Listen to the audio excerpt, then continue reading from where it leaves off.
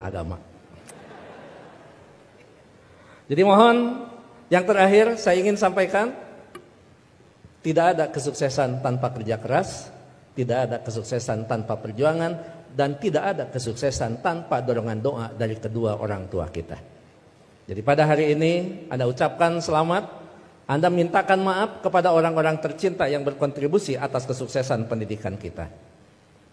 Hati-hati memperlakukan kedua orang tua. Saya tahu di sini ada master hukum, saya tahu di sini ada master manajemen, saya tahu banyak prodi yang ada di sini dan memiliki tata kelola yang sangat baik, maka itu salah satunya didukung oleh perilaku Anda setelah lulus. Pada saat Anda berinteraksi dengan kedua orang tua, jangan menggunakan pasal hukum.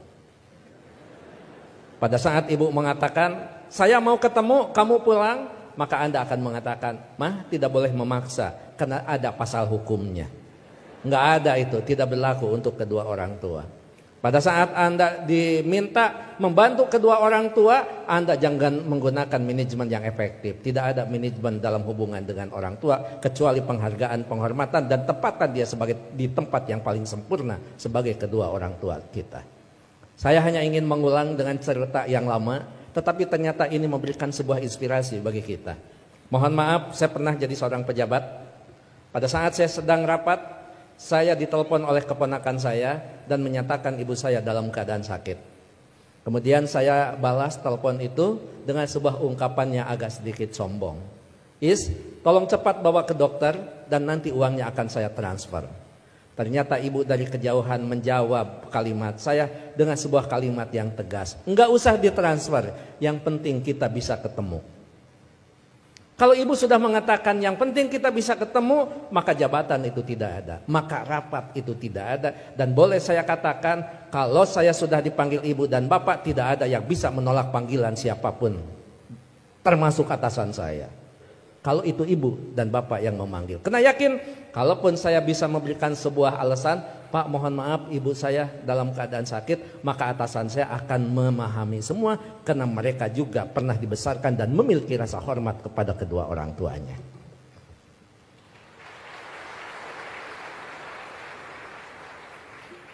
Pukul 8:30 malam saya pulang, dan saya sama seperti Anda, mungkin saya lebih kampung daripada Anda yang hari ini di wisuda.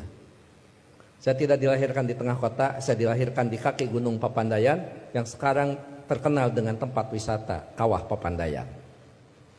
3 jam saya sampai di rumah, 11:30 saya sampai di rumah. Ternyata ibu dalam keadaan segar bugar, tetapi saya tidak menunjukkan perasaan suudon kepada ibu. Kenapa? Ternyata di situ ada hikmah. Bagi seorang ibu dan bapak dalam keadaan sakit, kemudian dia menunggu anaknya terkasih dan tersayang, maka pada saat dia bertemu, maka kehadirannya lebih mujarab daripada obat yang diberikan oleh seorang dokter. Catat itu. Ibu tidak hanya menunjukkan segar dan bugar, tapi ibu juga tetap memperhatikan kesukaan makanan anaknya.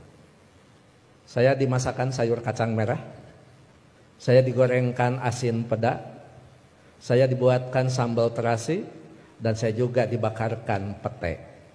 11:30 malam, coba bayangkan ada sayur kacang merah, nasi putih, bakar pete, dan belum peda ditambah sambal terasi. Boleh dibayangkan setelah wisuda.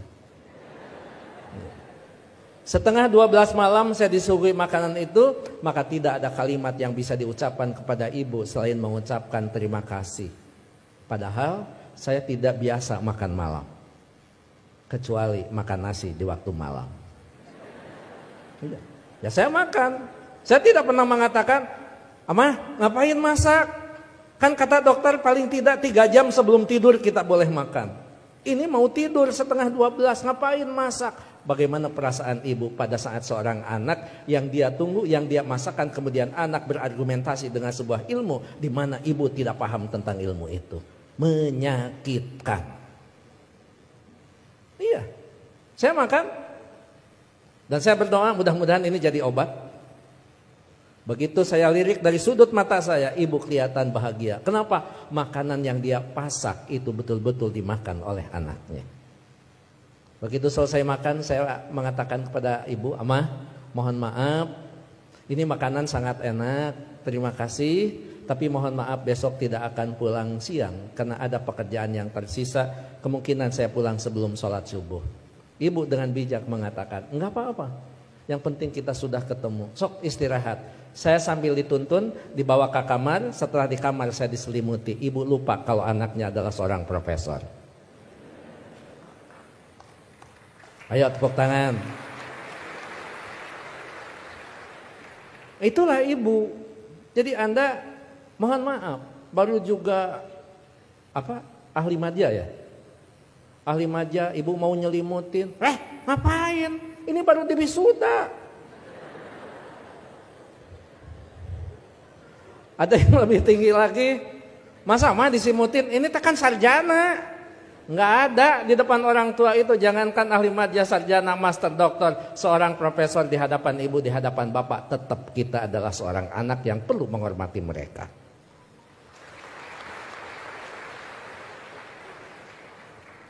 Yang paling indah dan paling membuat saya terharu, pada pukul 3 saya bangun, ternyata ibu sudah berdiri di samping saya sambil menepuk bahu saya.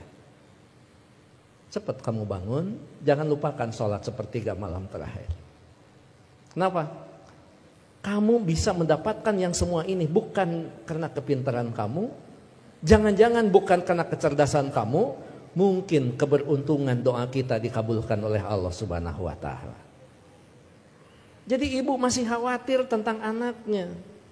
Ibu khawatir anaknya merasa pintar sehingga pintar menjadi sebuah kesombongan. Ibu masih khawatir anaknya cerdas, cerdas menjadi sebuah kesombongan. Bahkan melupakan siapa yang menentukan takdir segalanya pada kehidupan kita. Itu pada profesor itu. Jadi tolong ibu bapak, sebagai orang tua, anak kita hari ini di wisuda, tetap mereka adalah anak kita yang perlu kita luruskan pada saat mereka terlempar dari jalan yang memang ditentukan. Perlu diberikan peringatan, tapi tentu sekarang ini ada kaidah-kaidah yang beda dengan zaman dulu. Seorang siapa Pak Rektor? Sahabat itu, Ali, mengatakan, didiklah anak-anakmu bukan dengan zamanmu, karena mereka tidak mungkin mengalami zaman yang seperti kita alami. Jadi memang cara sudah berbeda, cara kita memperlakukan anak-anak kita. Tapi sejatinya tetap kewajiban kita adalah bagaimana mendidik anak-anak kita, bukan masalah kedewasaan. Tapi masalahnya sampai nyawa berpisah dengan badan, itu tetap menjadi kewajiban kita sebagai kedua orang tua. Begitu saya sudah selesai sholat, kemudian di situ saya bisa mendapatkan sebuah hikmah. Memang orang tua kita adalah punya kecerdasan yang luar biasa. Padahal ibu saya bukan profesor, ibu saya tidak lulus SMA, ibu saya juga tidak lulus SD. Beliau hanya lulusan sekolah raya. Tapi apa? Dalam sebuah komunikasi waktu itu saya katakan, "Ama, sekarang saya pergi, mohon pamit." Ibu masih bertanya, "Kamu nanti sholat di mana?" Saya jawab, "Nanti sholat di jalan." Ibu langsung mengkritisi kalimat saya, "Jangan suka sholat di jalan, ketabrak mobil." Itu kata ibu itu. Terus saya mikir, emang juga, emang benar masa sholat di jalan? Saya katakan, enggak, maksudnya sholat di masjid di jalan. Masih salah kalimat itu di hadapan ibu. Enggak ada masjid di jalan, paling dekat di pinggir jalan. Saya bilang, iya, nanti akan di masjid, sholat di masjid di perjalanan. Baru saya lulus dari ujian seorang ibu. Nah, lamun eta benar profesor.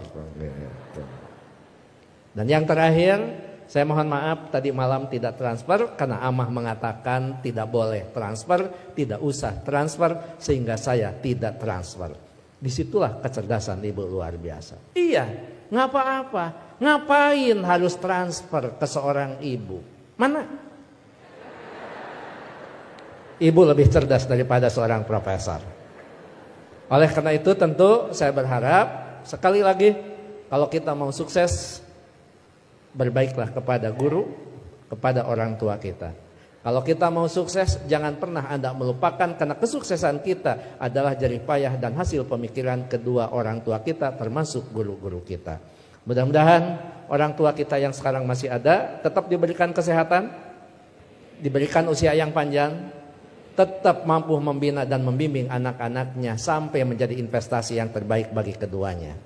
Bagi orang tua kita yang sudah tidak ada, termasuk kedua orang tua saya, mudah-mudahan senantiasa mendapat tempat yang terbaik di sisi Allah Subhanahu wa taala. Amin. Saya pikir itu Pak Rektor, Pak Ketua Yayasan, hadirin Sivitas Akademika Unpam yang saya hormati. Mohon maaf kalau sambutan saya agak sedikit panjang karena saya tadi mengimbangi Pak Rektor sangat panjang, kemudian Pak Ketua Yayasan sangat pendek, maka saya setengah panjang dan setengah pendek. Mohon maaf tidak bisa mengikuti wisuda sampai akhir karena saya harus mengejar waktu ke Tasikmalaya Pak Rektor. Apapun tadi yang dibicarakan oleh Pak Warek sudah dibicarakan dengan Pak Warek dan Pak Ketua Yayasan. Begitu juga kepada Pak Direktur, saya mohon pamit. Anggap saja kalau di Kementerian Agama kan tidak aneh, anggap saja saya penghulu. Penghulu biasanya kalau sudah menikahkan ijab qabul dinyatakan sah, penghulu biasanya pamit diri dan tidak perlu menunggu sampai resepsi. Terakhir, saya tidak akan membacakan pantun, tapi ini ulangan dari wisuda bulan kemarin karena setiap bulan Unpam wisuda, bahkan Unpam setiap wisudanya juga tidak bisa diganggu karena hari Minggu. Jadi saya tidak bisa menolak undangan Unpam. Gitu. Anda hanya tahu saja yang wisudawan wisudawati. Saya ini mantan Aura Kasih. Sekian dan terima kasih. Assalamualaikum warahmatullahi wabarakatuh.